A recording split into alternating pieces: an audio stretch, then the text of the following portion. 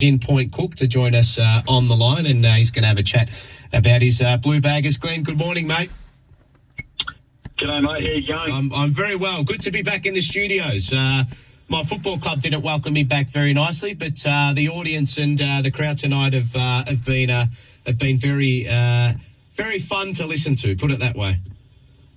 No, it's good to have you back, Paul. Thank you, mate. I think it's just depressing. I mean, I went to the game tonight, and I wanted to. I wasn't gonna I'd actually given them away after the Sydney loss, but then Yes. I thought, you know what? I'll give them one more. I'll give them one last chance, and I want to go and observe them and see what is actually occurring here. Yes. I thought tonight was absolutely disgraceful the way they played. Mm-hmm. Like they just there's honestly, and I know this is a big call, right? This is a big call, but and I haven't even got the energy at the moment to do it passionately. But I'm gonna convey my thoughts here. Like, I think the club has absolutely made mistakes in every single area. I don't think they've got anything right.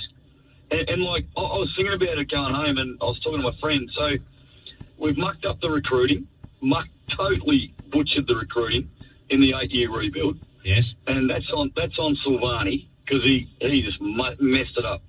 We've put all these players on big long-term contracts that clearly don't deserve to be on them, so we've sewn up our destiny, really, this miserable destiny for the next 4 to 6 years. Indeed. We're playing players who, honestly, would not be getting a game at other clubs.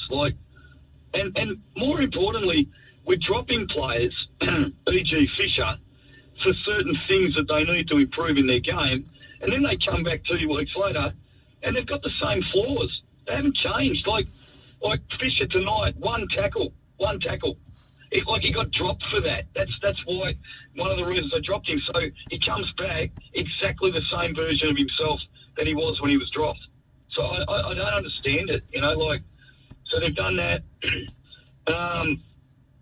The game plan is just absolutely. It doesn't work. It's flawed. It doesn't work. The players don't want to play it. They wait for about 2 seconds every time they get the ball, so that the opposition then sets up their defence in the correct spots.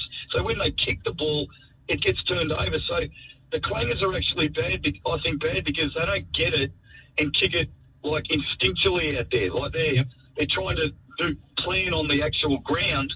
So they're a step behind the opposition. So that doesn't work. Coaching, ridiculous. And it's not just Voss. It's the assistant coaches that have been there as well. They're just not improving anything. And then finally, we're playing players in the wrong position. So we throw Jack Silvani back into the ruck again. Honestly, really? They put Kennedy down again at halfback. I don't know, man. It's just, I don't think it can continue the way it is. And I think, as sad as it is, and people are going to react to this and say this is dramatic, but I think we're going to have to cut the club back again, strip it right back again, Mm-hmm. and basically, just at the end of this year, because we can't make finals now, we're done. I think that's pretty clear. We're done. Yeah. So now it's time to just play the kids. We'll get at the end of the year. We'll probably end up with pick 4 or 5, maybe 6 in the draft. We should get a ripping kid with that. We need a better recruiter though, or recruiting. Those guys that are doing the recruiting. We need to get it right this time. Don't muck it up. I'd go for Damien Hardwick. I think you have to. They probably already are. At least he's got premierships and he's got an attacking game plan, which would be great. Because honestly, Paulo, we're trying to.